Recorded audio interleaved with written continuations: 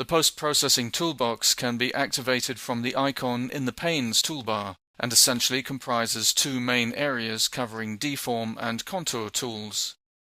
All the controls for setting up the type of plot are there, and full access is provided to the output data, such as all available output vectors.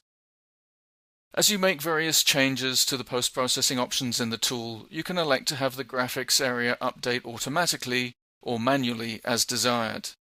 As you can see, you have full access to all the main options and settings that control the results plot, nodal or elemental, and as these are shell elements, you can select double-sided plots.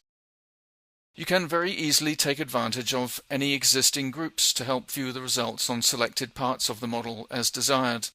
The compactness of the user interface and the efficient way all of the post-processing options are displayed in the post-processing toolbox means that you don't have to remember or know where to find all the settings. This makes it much easier and quicker to set up the results plots that you desire. Besides the plotting options, you also have full access to all the settings for the levels themselves, including the number of levels, continuous color plots, and max-min results display. The same is also true for the legend. You can control its position on the screen, label coloring and display, and the overall size.